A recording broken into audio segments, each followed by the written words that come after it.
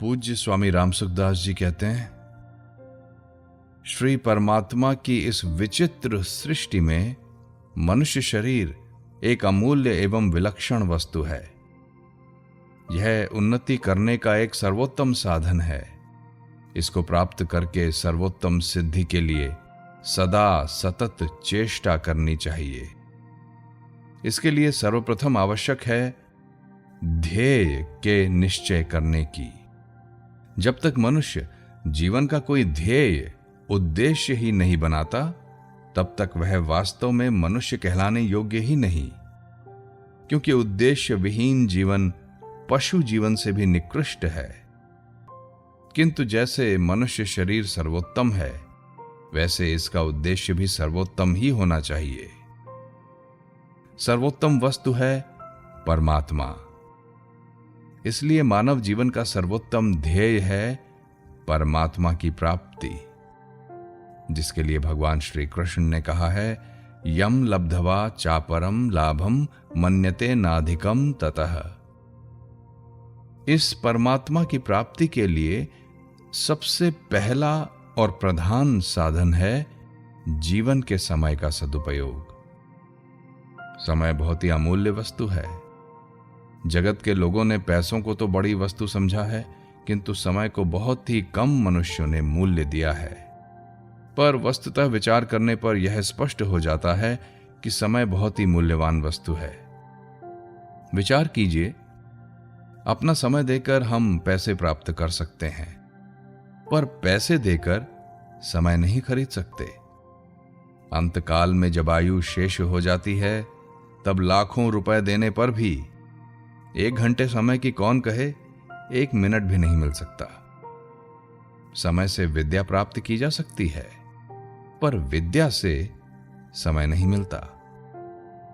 समय पाकर एक मनुष्य से कई मनुष्य बन जाते हैं, अर्थात बहुत बड़ा परिवार बढ़ सकता है, पर समस्त परिवार मिलकर भी मनुष्य की आयु नहीं बढ़ा सकते।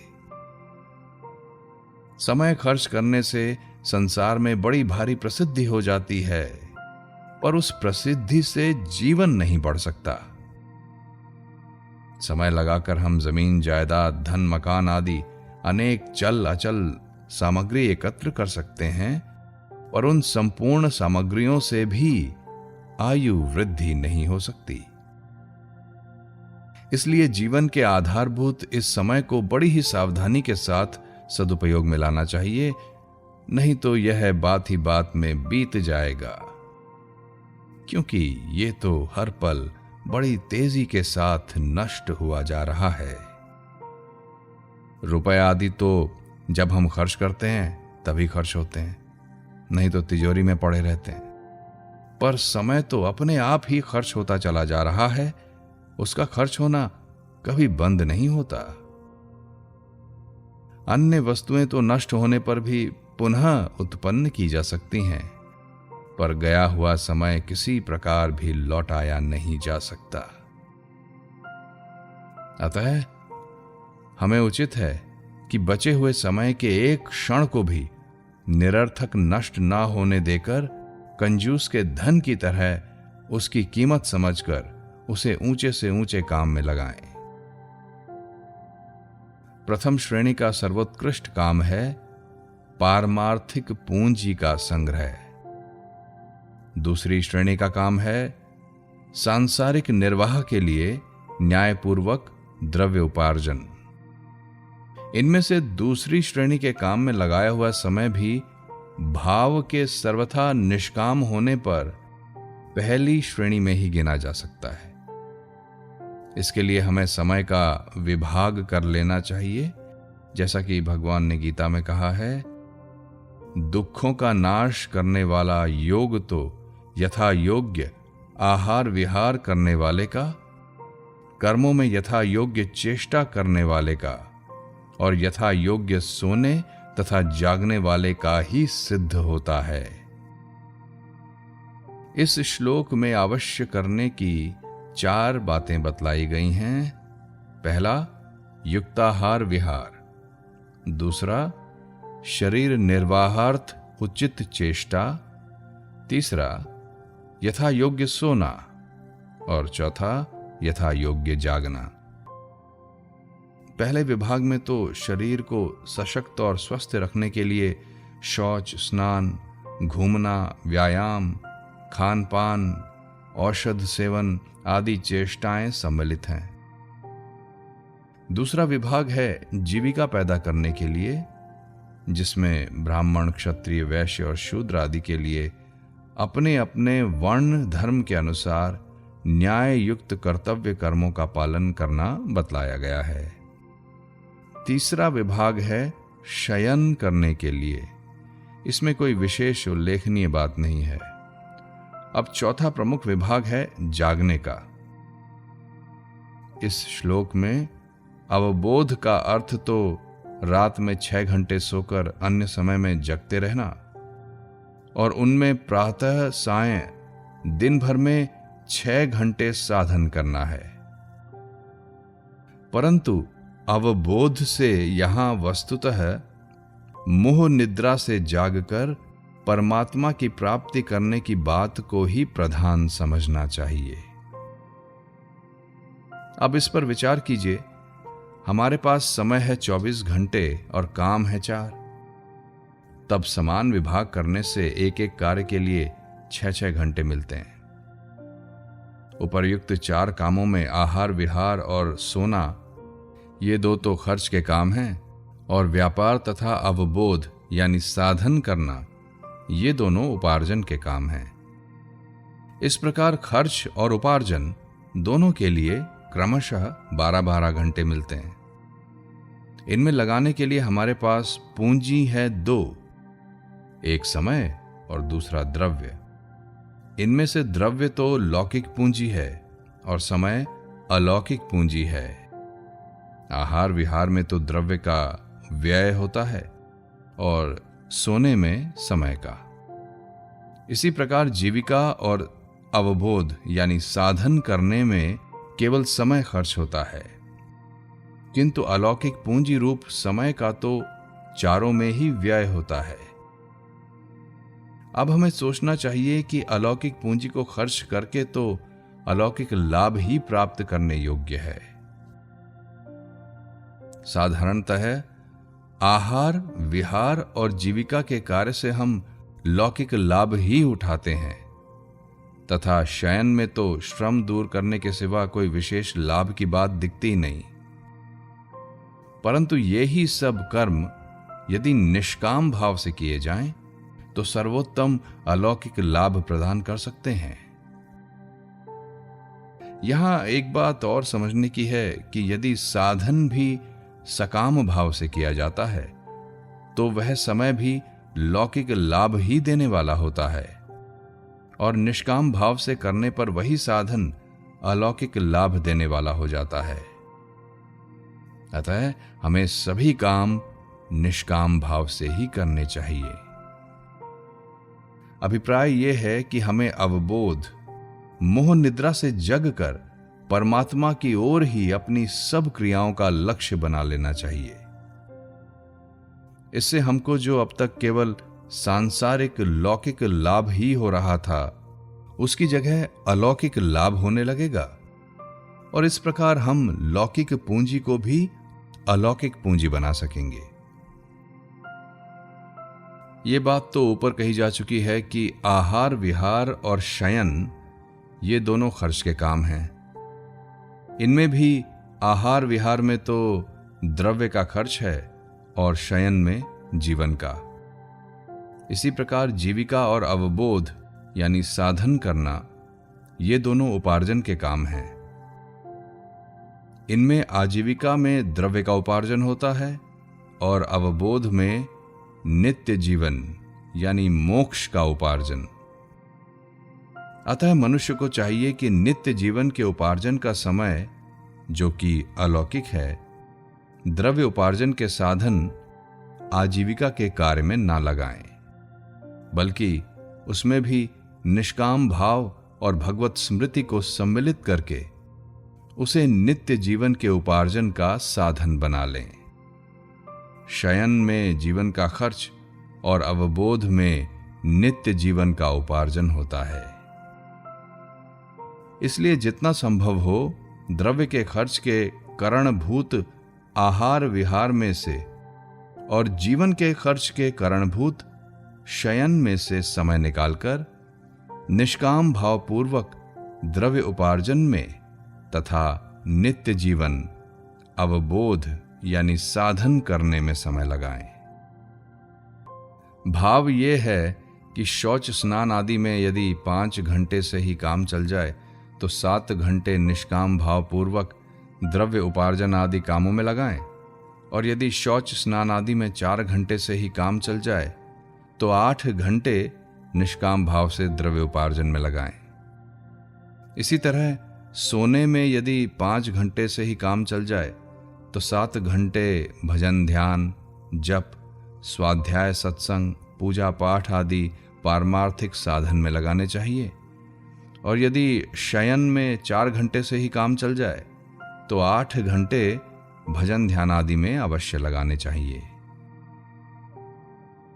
तात्पर्य यह है कि आय अधिक और खर्च कम होना चाहिए, अर्थात हो सके जितना समय नींद से निकालकर तो लगाया जाए भजन में, और खानपान आदि से समय निकालकर लगाया जाए निष्काम भावपूर्वक आवश्यक कामकाज में। क्योंकि कामकाज करते समय भी यदि निष्काम भाव रखकर भगवत आज्ञा से न्यायपूर्वक कर्तव्य पालन किया जाए तो वह समय भी भजन में ही लगा समझा जा सकता है, तथा खानपान आदि भी केवल भगवत प्राप्ति के उद्देश्य से ही किया जाए तो वह भी एक तरह से भजन ही है, एवं नींद भी भगवत प्राप्ति के उद्देश्य से ली जाए तो वह भी भजन में ही सम्मिलित हो सकती है। इनमें भी साथ साथ भगवान के नाम का जप और स्वरूप का ध्यान तो करते रहना ही चाहिए। इस प्रकार उद्देश्य एक बन जाने पर तो सभी कार्य भगवत प्राप्ति कराने वाले हो जाते हैं। जैसे किसी नदी के बहुत बड़े प्रवाह को भी जब नहरें निकालकर अनेक शाखाओं के रूप में विभाजित कर दिया जाता है, तब वह बहुत बड़ा प्रवाह भी अपने एकमात्र अंतिम लक्ष्य समुद्र तक नहीं पहुंच पाता और पृथ्वी पर ही इधर उधर बिखर कर समाप्त हो जाता है। किंतु किसी नदी का एक साधारण प्रवाह भी यदि अपने लक्ष्य समुद्र की ओर एक ही रूप से चलता रहता है तो अन्यान्य छोटे छोटे निर्झर आदि की अनेक शाखाओं के प्रवाह भी उसी में आकर सम्मिलित होते रहते हैं, और वही बहुत बड़ा प्रवाह बनकर अपने गंतव्य लक्ष्य समुद्र तक पहुंच जाता है। इसी प्रकार उद्देश्य अनेक होने पर, अर्थात कोई निर्धारित लक्ष्य ना होने पर या केवल लौकिक लक्ष्य होने पर बड़े बड़े कार्य और परिश्रम भी वास्तविक कार्य की सिद्धि नहीं कर सकते। किंतु ध्येय उद्देश्य एक और केवल पारमार्थिक होने पर साधारण से साधारण क्रियाएं भी बहुत कुछ कर सकती हैं, अर्थात उनसे भी भगवत प्राप्ति हो सकती है। क्योंकि जिसका लक्ष्य भक्त ध्रुव की तरह ध्रुव यानी अटल है, वही निर्बाध रूप से और जल्दी सिद्धि प्राप्त कर सकता है। उसके मार्ग में कोई भी विघ्न बाधाएं नहीं आती, जो आती हैं वे भी सहायक ही हो जाती हैं। संसार के मनुष्यों को 3 भागों में बांटा जा सकता है: द्वेषी, प्रेमी और उदासीन।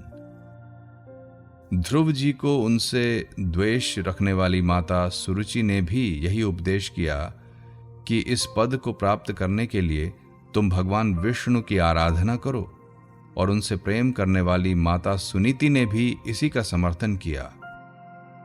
तथा उदासीन श्री नारद जी ने भी अंत में श्री विष्णु भक्ति का ही उपदेश दिया। कहने का तात्पर्य यह है कि जिसकी साधना तपस्या का लक्ष्य ध्रुव है, अटल है, उसके लिए कोई बाधक नहीं। द्वेषी, प्रेमी या उदासीन सभी विभिन्न प्रकार से उसके सहायक ही बन जाते हैं। किंतु हिरण्यकशिपु की भांति जिसका लक्ष्य पारमार्थिक नहीं उसकी क्रियाएं बलवती होने पर भी वास्तविक सिद्धि नहीं दे सकती। ब्रह्मा जी ने स्वयं बतलाया कि हिरण्यकशिपु और हिरण्याक्ष जैसी तपस्या सृष्टि में अभी तक किसी ने नहीं की। हजारों वर्षों तक ऐसी कठोर तपस्या करने पर भी उनका लक्ष्य पारमार्थिक न होने से वास्तविक सिद्धि नहीं हुई। उनके विरोधी और उदासीन व्यक्तियों की तो बात ही क्या, सहायक भी छिन्न भिन्न हो गए। अतः मनुष्य को उचित है कि अपना लक्ष्य एक परमात्मा को बनाकर सावधानी के साथ तत्परतापूर्वक यथोक्त रीति से कर्तव्य कर्म करता रहे। ऐसा करने पर वह अनायास ही परम ध्येय की सिद्धि कर सकता है। आवश्यकता है सजग रहने की, सावधानी की। मनुष्य को हर समय जागरूक होकर इस बात का ध्यान रखना चाहिए कि मन, इंद्रियों और शरीर आदि की चेष्टाएं कहीं संसार को मूल्यवान समझकर न होने लग जाएं, अर्थात संसार लक्ष्य न बन जाए। इस प्रकार हर समय एक लक्ष्य सिद्धि की जागृति बनी रहनी चाहिए। लक्ष्य स्थिर करके चलने वाले के लिए निम्नलिखित 2 बातों में से किसी एक को भली भांति समझ लेने और निरंतर स्मरण रखने की तो बहुत ही आवश्यकता होती है। दोनों रहें तब तो कहना ही क्या है। एक तो ये कि हमें पहुंचना कहां है, और दूसरा ये कि उसका मार्ग कौन सा है। जैसे हमें किसी पहाड़ पर एक देव मंदिर में जाना है तो पहले उसका दिग्दर्शन हो जाए कि कहां जाना है, तो फिर हम उस दिशा की ओर दृष्टि करके चलते रहें। अथवा मंदिर ना दिखने पर भी हमें केवल रास्ता मिल जाए कि इस रास्ते से इस प्रकार पहाड़ पर स्थित देव मंदिर में पहुंचा जा सकता है, तो हम केवल रास्ते के आधार पर ही चल सकते हैं।